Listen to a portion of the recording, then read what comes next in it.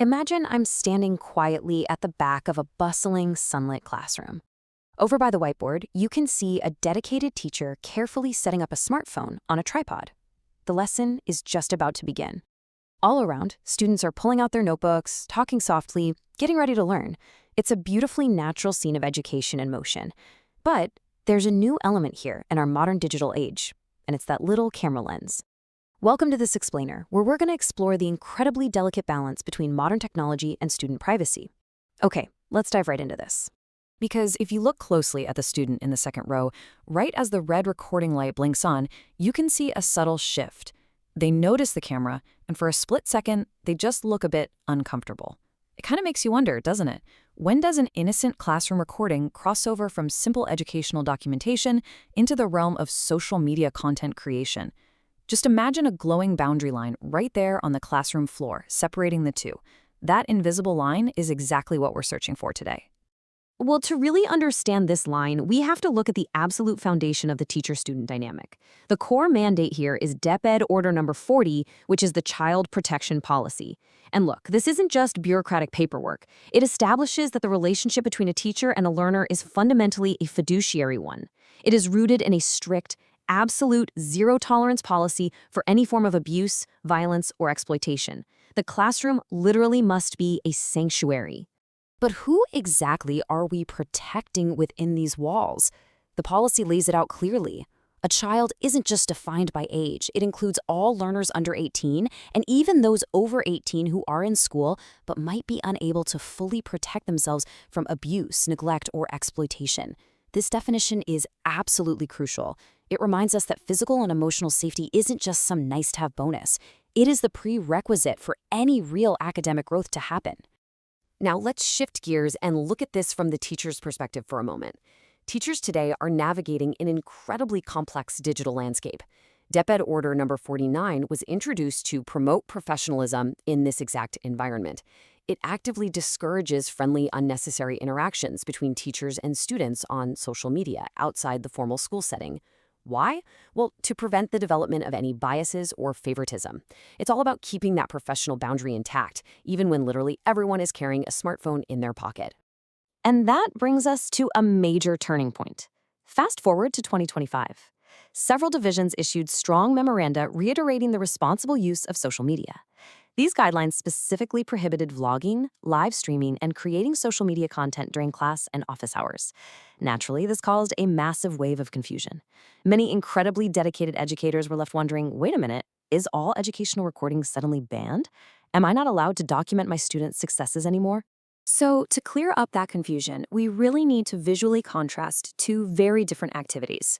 On one side, we have what we'll call the blue line. This is safe, official educational documentation. On the other side, we have the amber and red lines, which represent personal social media monetization, influencer branding, and content creation.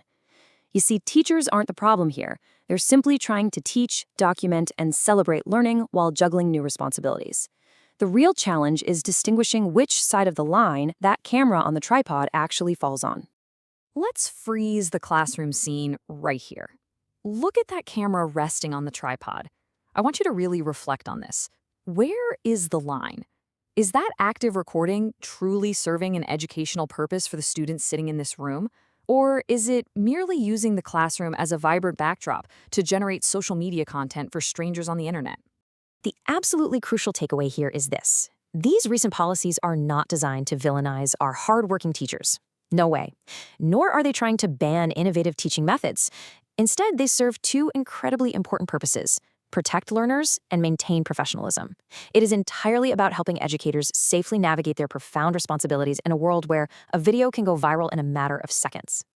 So let's get very specific about what actually crosses over into that red line. Prohibited content creation includes any activity where the classroom is misused. We're talking about recording TikTok dances during actual instructional time, filming natural classroom interactions specifically just to get likes and engagement on Facebook Reels, live streaming lessons on a teacher's personal account, or really any recording driven by monetization or influencer branding. In all these cases, the learner's privacy is literally being traded for clicks. But this also brilliantly highlights the other side of the coin, what remains perfectly allowed and highly encouraged. Taking photos or videos to compile official school reports, recording graduation ceremonies, capturing evidence of learning for a student portfolio, all of these stay safely within the blue line. When the purpose is purely educational and administrative, the camera remains a helpful tool rather than a digital distraction. Now, there is a super common misconception out there that if you just ask the students if it's okay, you're totally in the clear. But here's the thing. Consent is not a free pass to ignore privacy. Even if a student cheerfully gives verbal permission to be in a vlog, educators are adults with a fiduciary duty. They absolutely must adhere to proper documented consent procedures and, more importantly, critically assess whether posting that video is ethically necessary in the first place. Moving on to Section 1, the Parent Test, Ethical Guidelines for Learner Privacy. Let's step away from strict legal compliance for just a second and look at this through the lens of ethical empathy. I want you to imagine you are a parent. You've sent your child off to school, fully trusting that they are safe. You sit down, open Facebook on your phone, and suddenly you see your own child appearing in a video that has been watched by thousands of total strangers. No one informed you, no one asked for your permission. Even if the teacher's intentions were entirely positive, would you really be comfortable with that? That feeling right there, that is the true spirit behind these modern learner privacy guidelines. Let's pause our narrative again and look back at that student who noticed the camera earlier. They have to be the center of this entire conversation. The ultimate question isn't just about what is legally allowed. It's asking, how does the learner feel? Are they feeling secure and focused on their education? Or are they feeling the subtle, persistent pressure of being monitored and broadcasted to the outside world? Which brings us to Section 2, the Boundary Checklist. 5 questions before you record. To make this super practical, here is a mental toolkit you can use. Question 1. Is this for teaching or content creation? Question 2. Would I still record this if social media simply didn't exist? Question 3. Are the learners identifiable in the shot? Question 4. Has proper or formal consent been secured? And question 5. Would the parents be comfortable with this appearing online? Honestly, if the answer to any of these raises a red flag, step back and turn the camera off. And we really have to stay vigilant here because the technology is moving faster than ever. Looking at 2025 and beyond, we are already facing some wild emerging issues. What happens to student privacy when faculty feed identifiable learner data into generative AI tutoring models? How do we supervise and protect students during mixed reality virtual field trips?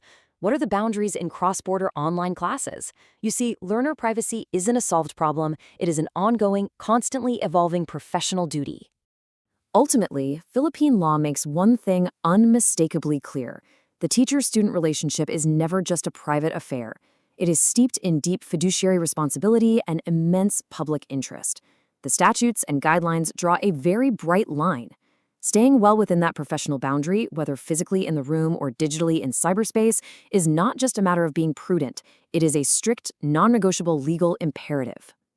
Picture this with me now. The school day is over. I'm walking through an empty classroom as the golden sunset filters through the windows. The students have all gone home. Sitting quietly on a teacher's desk is that exact same camera from earlier. Looking at that lens and then looking out at the empty chairs, we are left with the ultimate guiding question for any educational decision. Does this serve the learner? Because, when all the viral trends fade and the social media apps update, we are left with a very simple truth. Technology gives us incredible tools to capture a moment, but it is trust that shapes a lifetime. The most important thing in any classroom is not what is captured on camera, it is the profound, unbreakable trust that learners place in the adults who guide them. MindSpark Educ, exploring education, inspiring better